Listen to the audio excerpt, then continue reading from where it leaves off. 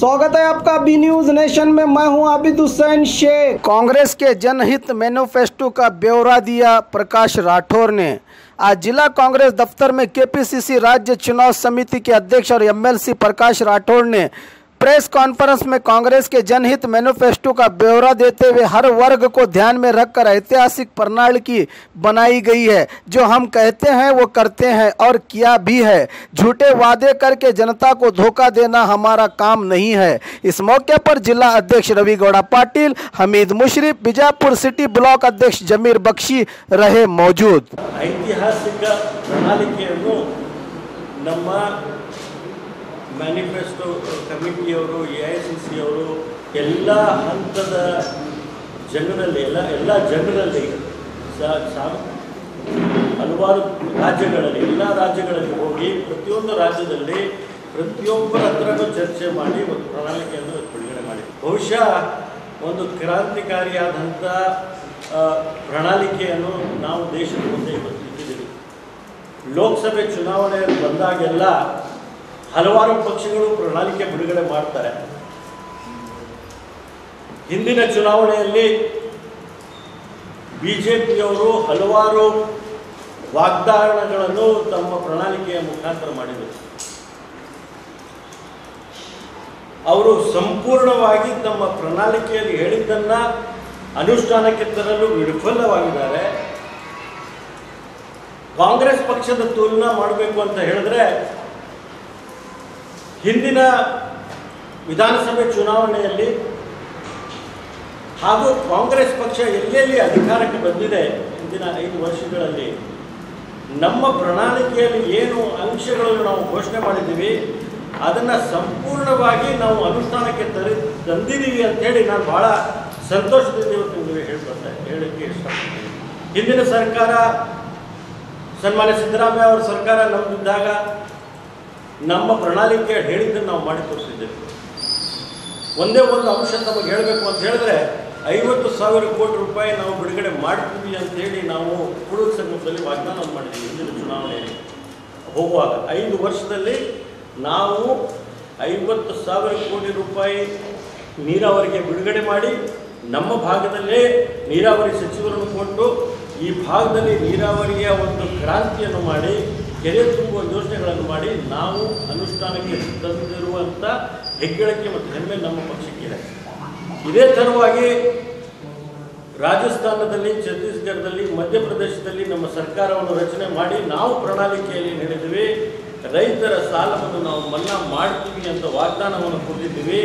ಅದನ್ನು ನಾವು ನಮ್ಮ ನಾಯಕರಾದ ಸನ್ಮಾನ್ಯ ಶ್ರೀ ಎಐಸಿಸಿ ಅಧ್ಯಕ್ಷರಾದ ಶ್ರೀ ರಾಹುಲ್ ಗಾಂಧಿಯವರ ಆದೇಶದ ಮೇರೆಗೆ 3 ರಾಜ್ಯಗಳಲ್ಲೂ ನಮ್ಮ ಪ್ರಣಾಳಿಕೆಯನ್ನು ಹೇಳಿದ್ದೀವಿ. ಅದನ್ನು ನಾವು ಮಾಡಿ ತೋರಿಸಿದ್ದೇವೆ.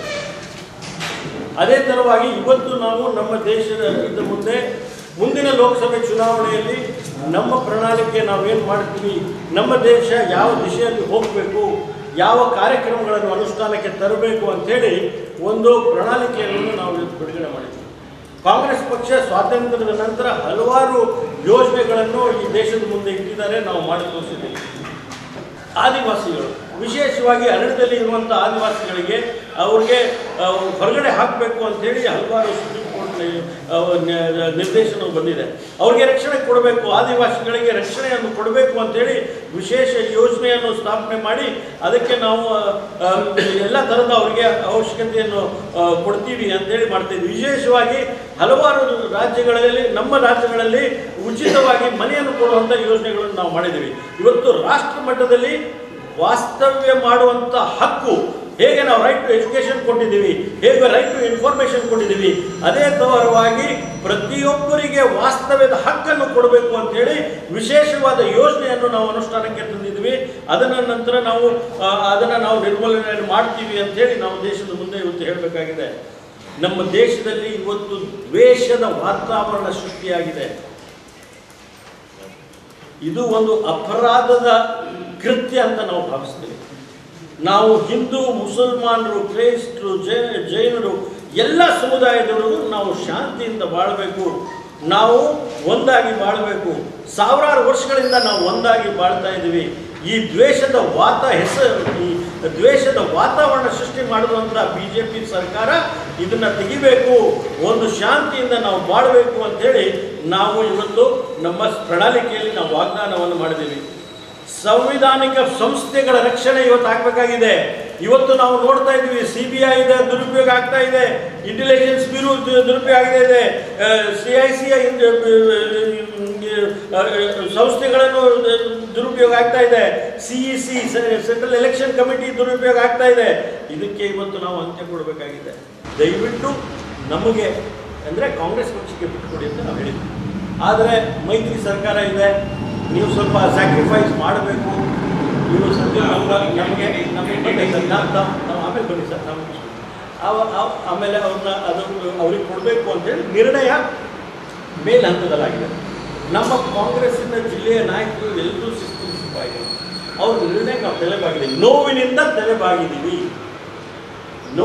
ಇದನ್ನು ತಲೆಬಾಗಿದ್ದೀವಿ. JDS ಅವರು ಒಬ್ಬರು ಒಂದು ಅಭ್ಯರ್ಥಿಯನ್ನು ಕೊಟ್ಟಿದ್ದಾರೆ. ಆ ಅಭ್ಯರ್ಥಿಗೆ ಕೆಲಸಕ್ಕೆ ಸೂಚನೆ ಕೊಟ್ಟಿದ್ದಾರೆ.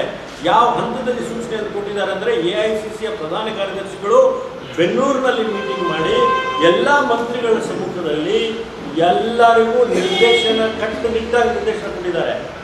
ನಿಮಗೊಂದು ಉದಾಹರಣೆಯನ್ನು ಕೊಡ್ತೀನಿ ನಾನು. ಆ್ಯಕ್ಚುಲಿ ಇದನ್ನು ಹೇಳ್ತೀನಿ.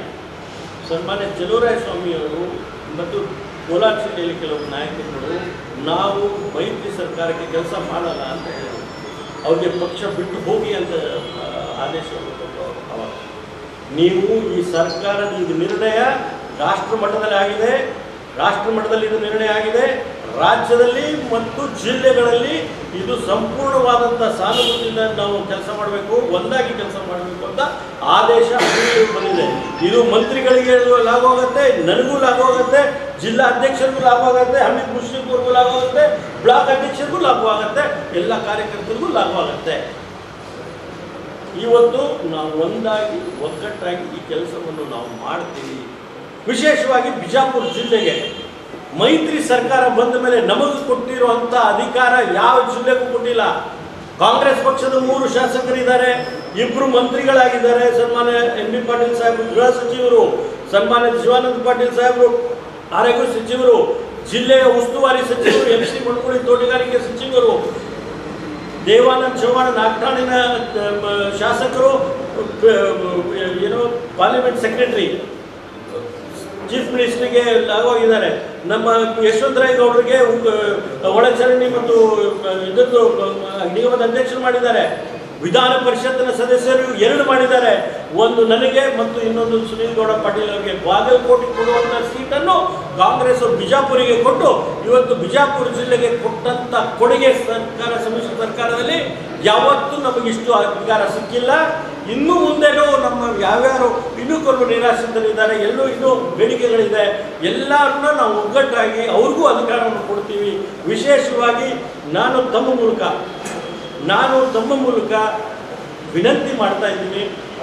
ವಿಶೇಷವಾಗಿ ಪರಿಶಿಷ್ಟ ಜಾತಿಯಲ್ಲಿ ನಾವೇನು 101 ಪಂಗಡಗಳಿದ್ದೀವಿ, ಅದರಲ್ಲಿ ಎಡ ಮತ್ತು ಬಲ ಪಂಗಡದವರಿದ್ದೀವಿ. ಅವರಿಗೆ ವಿನಂತಿ ಮಾಡ್ತಾ ಇದ್ದೀನಿ, ಪರಿಶಿಷ್ಟ ಜಾತಿಯಲ್ಲಿ ನಾವೆಲ್ಲ ಒಂದಾಗಬೇಕು, ನಮಗೆ ಸಹಕಾರ ಕೊಡಿ, ತಾವು ನಮ್ಮ ಜೊತೆಗಿರಿ, ನಾವು ಎಲ್ಲರೂ ಸೇರಿ ನಮ್ಮ ಸಮಾಜಗಳನ್ನು ಮುಖ್ಯ ವಾಹಿನಿಗೆ ತರಕ್ಕೆ ನಾವು ಪ್ರಯತ್ನ ಮಾಡೋಣ. ನಿಮಗೆ ನಿರಾಸೆ ಆಗಿದ್ದರೂ ಸಹ ನಿಮಗೆ ಮುಂದಿನ ದಿನಗಳಲ್ಲಿ ಒಳ್ಳೆಯ ಅವಕಾಶಗಳನ್ನು ದೊರೀತದೆ. ಏನು ಖುಷಿ ಕೇಳ್ತಿರೋ ಕೆಲಸ ಮಾಡ್ತೀನಿ, ನಾನು ಮುಗಿಸ್ಬಿಡ್ತೀನಿ. ಒಂದು ಎರಡನೇದು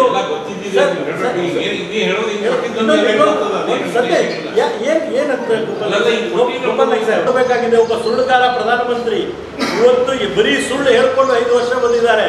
ಯಾವುದೇ ಒಂದು ಅವ್ರು ಹೇಳಿದ್ದನ್ನ ಅದು ಅನುಷ್ಠಾನಕ್ಕೆ ತಂದಿದ್ದಾರೆ. ನಾವು ಹೇಳ್ತೀವಿ ಇವತ್ತು 15 ಲಕ್ಷ ರೂಪಾಯಿ ಪದೇ ನಾವು ಹೇಳ್ತಾ ಇರ್ತೀವಿ. ಗೋಪಾಲ್ ನಾಯ್ಕ ಸರ್ ಹೇಳ್ತಾರೆ, ಬೇಡ ಹೇಳ್ಬೇಡ್ರಿ, 15 ಲಕ್ಷ ರೂಪಾಯಿ ಹೇಳಿಲ್ಲ.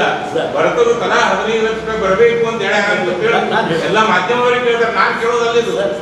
ನೀವು ಹೇಳಿದ್ರೆ ನಾವು ಹೋಗ್ತೀವಿ, ಬಹಳಷ್ಟು ತುಂಬ ಗೌರವ ಇದೆ. ನಾನು ಇಷ್ಟು ಒಬ್ಬ ಪ್ರಧಾನಮಂತ್ರಿ ಒಬ್ಬ ವ್ಯಕ್ತಿ, ನೀವು ತುಲನೆ ಮಾಡಬೇಕು. ಇವತ್ತು ರಾಹುಲ್ ಗಾಂಧಿ ಅವರು ಹೇಳ್ತಾರೆ ಮಾಡ್ತಾರೆ, ನೀವು ನಿಮ್ಮ ಬಾಯಿಂದ ಏನು ಹೇಳಿದ್ರಿ, ಕಪ್ಪು ಹಣ ನಾವು ಲೂಟಿ ಮಾಡಿದ್ವಿ, ಕಾಂಗ್ರೆಸ್ ಅವರು ಲೂಟಿ ಮಾಡಿದ್ವಿ, 70 ಲಕ್ಷ ಕೋಟಿ ರೂಪಾಯಿ ವಿದೇಶದಲ್ಲಿ ಇದೆ ಅಂದ್ರಿ, ನಾನು 100 ದಿವಸದಲ್ಲಿ ತರ್ತೀನಿ ಅಂತ ವಾಗ್ದಾನ ಮಾಡಿದ್ರಿ. ಮಾನ್ಯ ಪ್ರಧಾನಮಂತ್ರಿಗಳೇ, 56 ಇಂಚು ಚೆಸ್ಟ್ ಹೇಳ್ತೀರಾ, ಎದೆ ಹೇಳ್ತೀರಾ, ತಂದ್ರ ನೀವು 15 ಪೈಸಾ ತಂದ್ರ? ಯಾಕೆ ಸ್ವಾಮಿ ಸುಳ್ಳು ಹೇಳ್ತೀರಿ? ಇವರ prime minister of the country, ನಿಮ್ಮ ಮೇಲೆ ನಮಗೂ ಗೌರವ ಇದೆ. ನೀವು 125 ಕೋಟಿ ಜನ ಪ್ರೈಮ್ ಮಿನಿಸ್ಟ್ರು, ಒಬ್ಬರು ಪ್ರೈಮ್ ಮಿನಿಸ್ಟರ್ ಆಗಿ ಇಂಥ ಸುಳ್ಳು ಕೆಲಸಗಳಂತ ಹೇಳಿದ್ರೆ ಈ ದೇಶದ ಮುಂದೆ ಸುಳ್ಳು ಹೇಳಕ್ಕೆ ನೀವು ಬಂದರೆ ಮುಂದಾದ್ರೆ ಎಲ್ಲಿ ಹೋಗ್ಬೇಕು ದೇಶ? ರೆಡ್ ಫೋರ್ಟ್ ಮೇಲಿಂದ ತಾವು ಸುಳ್ಳನ್ನು ಮಾಹಿತಿಯನ್ನು ಕೊಟ್ಟರೆ ನಾವು ಏನು ಮಾಡೋಣ? ನಾವೇ ಪ್ರಶ್ನೆ ಮಾಡ್ತಾ ಇದ್ವಿ. ಹೌದು, ನೀವು ಹೇಳಿದ್ರೆ ತಂದ್ರ ಅಂತ ಹೇಳಿ, ನೀವು ಹೇಳಿದ್ರೆ ವಾಗ್ದಾನವನ್ನು ಪೂರ್ತಿ ಮಾಡಿದ್ರೆ ಇವತ್ತು ದೇಶದಲ್ಲಿ ಕಾಂಗ್ರೆಸ್ ಪರ ವಾತಾವರಣ ಇದ್ರೆ ನಿಮ್ಮಿಂದಾನೆ. ನೀವು ಬಿಂಬಿಸಿದ್ದೀರಾ, ಕೆಲವು ರಾಷ್ಟ್ರದ ಮಾಧ್ಯಮಗಳು ಮಾತ್ರ ಬಿಂಬಿಸ್ತಾ ಇಲ್ಲ. ಅದು ಬಿಟ್ಬಿಡಿ, ನಾವು ಚರ್ಚೆ ಮಾಡಲ್ಲ. ಅವ್ರ ಸುಳ್ಳು ಸುದ್ದಿ ಮಾಡಿ ಫೇಕ್ ನ್ಯೂಸ್ಗಳನ್ನು ಮಾಡಿ ತಾವು ಈ ದೇಶದ ತಪ್ಪಿದ್ದೀರಾ. ಕೇವಲ ಜಿಲ್ಲೆಯ ವಾತಾವರಣ ಅಲ್ಲ, ಇದು ರಾಜ್ಯದ ವಾತಾವರಣದ ಹಿನ್ನೆಲೆ ನೋಡಬೇಕಾಗಿದೆ. ನಮಗೂ ಹಕ್ಕಿದೆ, ಅದರಲ್ಲಿ ನಮಗೂ ಅವಕಾಶ ಕೊಡಿ ಅಂತ ನಾವು ಸೋಲ್ಬೋದು. ಎಲ್ಲ ಸೀಟನ್ನು ನಾವು ಗೆಲ್ತೀವ? ಎಲ್ಲ ಸೀಟು ಎಲ್ಲರೂ ಗೆಲ್ತಾರ? ನಾವು ಕುಡಿಯೋದು ಕೇಳಿದ್ದೀವಿ, ಅದ್ರಲ್ಲಿ ತಪ್ಪೇನಿದೆ. ಆದರೆ ನಮ್ಮ ಜಿಲ್ಲೆಯ ನಾಯಕರುಗಳು ಏನು ಕೊಡಬೇಕು ಅಂತ ಅವರು ಹವಾಲದೆ ಅದು ಸೂಕ್ತ ಇದೆ. ಸರ್, ದಯವಿಟ್ಟು ಗಮನ ಹರಿಸಿ. ನಮ್ಮ ಜಿಲ್ಲೆಯ ನಾಯಕರುಗಳು ಛಲವಾದಿ ಸಮಾಜದ ನಾಯಕರ ಬೇಡಿಕೆ ಸೂಕ್ತ ಇದೆ, ಅವರಿಗೆ ಕೊಡಬೇಕು ಅಂತೇಳಿ ನಾನು ಒತ್ತಾಯ ಮಾಡ್ತೀನಿ. ಮುಂದೆ ಅವಕಾಶಗಳಿದೆ, ಮುಂದೆ ಚುನಾವಣೆ ಅಂತಲ್ಲ. ನನಗೆ ವಿಧಾನ ಪರಿಷತ್ ಸದಸ್ಯ ಮಾಡಲಿಲ್ವಾ? ಸೋತಿದ್ದಾರಪ್ಪ ಪ್ರಕಾಶ್ 3 ಸತಿ, ಇನ್ನು ದುಡ್ಡಿಲ್ಲ ಏನೂ ಇಲ್ಲ, ಅವ್ನು ಬೇಡ ಅಂತೇಳಿ ಕೊಟ್ಟಿಲ್ವಾ? ಅದೇ ಥರ ಅವ್ರಿಗೂ ಕೊಡ್ತಾರೆ. ಮುಂದೆ ಅವಕಾಶಗಳು ಬರುತ್ತೆ, ನಿರಾಸೆ ಆಗಬಾರ್ದು ಅಂತೇಳಿ ನಾನು ವಿನಂತಿ ಮಾಡ್ತೀನಿ. ಇನ್ನೊಂದು ಹೇಳಿದ್ರು ಸರ್, ನಮ್ಮ JDS ಪಕ್ಷದಲ್ಲಿ ನಮ್ಮವರಿಗೆ ಹೋಗಿ ಹೈಜಾಕ್ ಮಾಡ್ತೀವಿ ಅಂತಿಲ್ಲ ಸರ್. ನಾಲ್ಕಾಣಿನ ಶಾಸಕರು ದೇವಾನಂದ್ ಚವ್ಹಾಣ್ ಅವರು ನಮ್ಮ ಪಕ್ಷದ ಅಭ್ಯರ್ಥಿ ಅಲ್ಲ, ಅವರು JDS ಪಕ್ಷದಲ್ಲೇ ಇದ್ದು JDS ಪಕ್ಷದ ಅಭ್ಯರ್ಥಿಯಾಗಿ ವಿಧಾನಸಭೆ ಸದಸ್ಯರಾದರು. ಅವರು ನಮ್ಮ ಹತ್ರ ಬರುವಂಥ ಪ್ರಶ್ನೆನೇ ಇಲ್ಲ. ಅದಕ್ಕೂ ಬಂದೆ.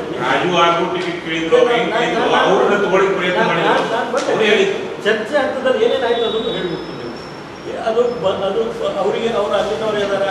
ನಾವು ಯಾವುದೋ ಚುನಾವಣೆಯಲ್ಲಿ ಅವ್ರಿಗೆ ತಂದು ಇಲ್ಲಿ ನಾವು ಕೊಟ್ಟಿಲ್ಲ. ಅವರೇ ನಾಲ್ಕಾಣದ ಅಧ್ಯಕ್ಷ MLA ಇದ್ದಾರೆ, ಅವ್ರ ಪತ್ನಿಗೆ ಅವ್ರು ಕೊಟ್ಟಿದ್ದಾರೆ ಟಿಕೆಟ್. ಅವ್ರದ್ದು ಚರ್ಚೆ ಆಯಿತು. ನಮ್ಮ ನಾಯಕರುಗಳು ಶಿವಾನಂದ ಪಾಟೀಲ್ ಸಾಹೇಬರು, ಮತ್ತು MB ಪಾಟೀಲ್ ಸಾಹೇಬರು, ಯಶವಂತರಾವ್ ಗೌಡರು, ನಾಡಗೌಡರು ಎಲ್ಲರೂ ಹೋಗಿ ಮುಖ್ಯಮಂತ್ರಿಗಳ ಹತ್ರ ಹೋಗಿದ್ರು. ಹೌದು, ಹೋಗಿದ್ರು. ನಮಗೆ ಟಿಕೆಟ್ ಕೊಡಿ, ನಾವು ಈ ಸತಿ ರಾಜು ಅಲ್ಗೂರ್ಗೂ ಟಿಕೆಟ್ ಕೊಡ್ತೀವಿ ಅಂತ ಪ್ರಸ್ತಾವನೆ ಮಾಡಿದರು. ಅವರು ಚರ್ಚೆ ಮಾಡೋ ಸಮಯದಲ್ಲಿ ನಾವೆಲ್ಲ ಒಟ್ಟಾಗಿ ಮಾಡಬೇಕು, ಆಯಿತು ನಾವು ತೊಗೊಂಡಿದ್ದೀವಿ, ಸಮ್ಮಿಶ್ರ ಸರ್ಕಾರ ನೋಡಿ, ನೀವೇ ನಮ್ಮ ಪಕ್ಷದಿಂದ ಸ್ಪರ್ಧೆ ಮಾಡಿ ಅಂತ ಸಲಹೆ ಕೊಟ್ಟರು. ರಾಜು ಅಲ್ಗೂರ್ ಅವರನ್ನು ನಿರಾಕರಣೆ ಮಾಡಿದರು. ಅವ್ರು ನಿರಾಕರಣೆ ಮಾಡಿದರು. JDS ಪಕ್ಷದವರು ತಮ್ಮ ಅಭ್ಯರ್ಥಿಗೆ ಘೋಷಣೆ ಮಾಡಿದರು. ಸೊ ಇದ್ರಲ್ಲಿ ನಾವು ಪ್ರಯತ್ನ ಮಾಡಿದ್ದೆವು. ನಮ್ಮ ಲೀಡರ್ಸ್ಗಳು ಒಂದಾಗಿ ಒಗ್ಗಟ್ಟಾಗಿ ಪ್ರಯತ್ನ ಮಾಡಿದ್ದಾರೆ. ಸಮ್ಮಿಶ್ರ ಸರ್ಕಾರ ಇದೆ, ಒಂದಾಗಿ ಹೋಗಬೇಕಾಗಿದೆ, ಮೇಲಿಂದ ನಿರ್ದೇಶನ ಇದೆ. ನಮ್ಮ ಏನು ನೋವುಗಳಿದೆ ನಾವು ನುಂಗ್ಕೊಂಡು ಈ ಬಾರಿ ನಾವು ಚುನಾವಣೆ ಮಾಡಬೇಕಾಗಿದೆ, ಚುನಾವಣೆ ನಾವು ಗೆಲ್ಲಬೇಕಾಗಿದೆ. ಅಲ್ಲಿ ಎಲ್ಲರೂ ಹೇಳ್ತಾರೆ, ಅಣ್ಣ ಬಾಬಾ ಕಾಕ ಹೇಳಂತ ರಮೇಶ್ ಜಿಗಜಿಣಿ ಸಾಹೇಬರು ದಯವಿಟ್ಟು ತಾವು ಈಗಾಗಲೇ ನೆನ್ನೆ ಹೇಳಿದ್ದಾರೆ. ನಾನು ಹಲವಾರು ಎಷ್ಟು ತಾವು ಏನು ಕೆಲಸ ಮಾಡಿದ್ದೀವಿ ಇವತ್ತು ಹೇಳಿ ಸ್ವಾಮಿ. ನಮ್ಮ ಮಂತ್ರಿಗಳು ಏನು ಮಾಡಿದ್ದಾರೆ ನಾವು ಹೇಳಿದ್ದೀವಿ, ನೀವೇನು ಮಾಡಿದ್ದೀರಾ ಹೇಳಿ ಸ್ವಾಮಿ. ನಿಮ್ಮ ಹಗರಣಗಳು ಇನ್ನೂ ತೆಗಿಬೇಕಾಗಿದೆ, ಇವತ್ತಲ್ಲ ಇನ್ನೊಂದು ದಿವಸ ಮಾಡ್ತೀನಿ. ಟೋಲಲ್ಲಿ ಏನೇನು ಹಗರಣ ಆಗಿದೆ, ಯಾಕೆ 50 ಕಿಲೋಮೀಟರ್ನಿಂದ ದೂರದಲ್ಲಿ ಟೋಲ್ ಇಲ್ಲ, ಉಳ್ಳಿ 35 ಕಿಲೋಮೀಟರ್ಸಲ್ಲಿ ಟೋಲ್ ಇದೆ, ಅದ್ರ ಬಗ್ಗೆ ದಾಖಲೆ ಮುಖಾಂತರ ಮೊದಲೇ ಬಿಡುಗಡೆ ಮಾಡ್ತೀವಿ. ಈಗ ಸದ್ಯಕ್ಕೆ ಚರ್ಚೆ ಬೇಡ. ಆದರೆ ಅವರು ಈ ರಾಜ್ಯ ನಮ್ಮ ಜಿಲ್ಲೆಗೆ ದೊಡ್ಡ ಅನ್ಯಾಯ ಮಾಡಿದ್ದಾರೆ. ಯಾವುದೇ ಕೇಂದ್ರ ಸರ್ಕಾರದ ಅನುಷ್ಠಾನಕ್ಕೆ ತಂದಿಲ್ಲ. ದುರಾದೃಷ್ಟ ಇವತ್ತು ನಾವು ಅಲ್ಲಿ ಗೆಲ್ಲಕ್ಕಾಗಿಲ್ಲ. ನಮ್ಮ ಜನರು ನಮ್ಗೆ ಆಶೀರ್ವಾದ ಮಾಡಲಿಲ್ಲ. ಆದರೆ ಎಷ್ಟೆಲ್ಲ ಕೆಲಸ ಮಾಡಬೇಕಾಗಿತ್ತು, ಅದು ಒಂದು ಅವಕಾಶ ನಮಗೆ ಕೊಟ್ಟು ನೋಡಿ ನಾವು ಕೆಲಸ ಮಾಡಲಿಲ್ಲ ಅಂದರೆ ಅದು ನಿಮ್ಮನ್ನ ತೆಗೀರಿ. ಒಂದೇ ಒಂದು ಕೆಲಸ, ಒಂದೇ ಒಂದು ಪ್ರಶ್ನೆ ಅವ್ರು ಕೇಳಿದ್ದಾರೆ ಅಂತ ಕೇಳಿ. ರಾಜ್ಯದ ಕೇಂದ್ರದ ಮಂತ್ರಿಗಳು, ನೀರಿನ ಮಂತ್ರಿಗಳು ನಮ್ಮ ಜಿಲ್ಲೆಗೆ ನೀರು ತರಕ್ಕಾಗಲಿಲ್ಲ, 1,000 ಕೋಟಿ ತರ ನಾಚಿಕೆ ಆಗುತ್ತೆ ಇವತ್ತು ಹೋಗಿ ಕೇಳಬೇಕು ಅಂತ ಹೇಳಿದ್ರೆ ಅವ್ರಿಗೆ. ನಾವು ನಿಮ್ಗೆ ಈಗಾಗಲೇ ಹೇಳಿವಲ್ವಿ, ತಮ್ಮ ವೈಮನಸ್ಸುಗಳನ್ನು ಮರೆತಿದ್ದಾರೆ, ಸಣ್ಣ ಪುಟ್ಟಗಳು ಇದ್ದಿದ್ದನ್ನು ಮರೆತಿದ್ದಾರೆ. ನಿನ್ನೆ MB ಪಾಟೀಲ್ ಅವರು, ಶಿವಾನಂದ ಪಾಟೀಲ್ ಅವರು ಮಾಡಿ ಪ್ರೆಸ್ ಕಾನ್ಫರೆನ್ಸ್ ಮಾಡಿ ಇಬ್ಬರು ಹೇಳಿದ್ದಾರೆ, ನಾವೆಲ್ಲರೂ ಒಂದಾಗಿದ್ದು ಅವರೇ ಹೇಳಿದ್ದಾರೆ. ನಾನು ಬೇರೆ ಇದ್ರೋ ಇಲ್ಲೋ ಅವ್ರಿಗೆ ಹೇಳ್ತೀವಿ ನನಗೆ. ಆದರೆ ನಾವು ಒಗ್ಗಟ್ಟಾಗಿ ಕೆಲಸ ಮಾಡ್ತಾ ಇದ್ದೀವಿ. ಅದರಲ್ಲಿ ಎರಡು ಮಾತು ಏನಿದ್ರು ಬರ್ತೀವಿ, ಒಂದಾಗಿ ಒಗ್ಗಟ್ಟಾಗಿ ಮಾಡ್ತಾರೆ, ಎಲ್ಲ ಆಗ್ತಾರೆ. ನಿನ್ನೆ ಬಂದಿರೋ ಜನ ನೋಡಿದ್ರೆ ಎಷ್ಟು ಜನ ಬಂದಿದ್ದಾರೆ ಅದರಲ್ಲಿ, ವಿಶೇಷವಾಗಿ ಕಾಂಗ್ರೆಸ್ JDS ಎಲ್ಲ ಕಾರ್ಯಕರ್ತರು ಬಂದಿದ್ದರು. और खबरों के लिए देखते रहिए बी न्यूज नेशन। ಹಬ್ಬಗಳ ಪ್ರಯುಕ್ತ bumper offer Silai world men's women's kids saris bumper offer buy 3 get 3 Vijayapura ನಗರದಲ್ಲಿ ಬಟ್ಟೆ ಕ್ಷೇತ್ರದ ಹೆಸರುವಾಸಿಯಾದ ಗುರುಕುಲ್ ರಸ್ತೆಯಲ್ಲಿರುವ ಬ್ರಹ್ಮಾಂಡ ಸಿಲಾಯಿ ವರ್ಲ್ಡ್ ಶೋರೂಮ್ ನಲ್ಲಿ ಹಬ್ಬಗಳ ಪ್ರಯುಕ್ತ bumper offer buy 3 get 3 formal casual winter westerns bumper offer flat sale 299 399 499 ಇದು ಹಬ್ಬಗಳ ಪ್ರಯುಕ್ತ bumper offer buy 1 get 1 free ಇದು offer silk saris cotton saris design ಸಾರೀಸ್ಗಳ ಮೇಲೆ ಬಂಪರ್ ಆಫರ್ ಲಾಭ ಪಡೆಯಿರಿ. ಈ ಆಫರ್ ಸೀಮಿತ ಅವಧಿಗೆ ಮಾತ್ರ. ಹಿಂದೆ ತಮ್ಮ ಕುಟುಂಬದೊಂದಿಗೆ ಬನ್ನಿ. ಸ್ಥಳ Silai world men's women's kids saris near Siddheshwar temple beside corporation bank Gurukul road Vijayapur. Mobile number 7030170909.